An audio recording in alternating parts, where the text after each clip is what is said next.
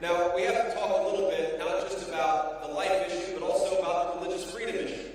Because as much as Kamala Harris talks a big game, she does that a lot, about uniting Americans and about respecting everybody, there has been no more radical leadership in this country when it comes to shutting down religious freedom, shutting down crisis pregnancy centers, and trying to force hospitals to do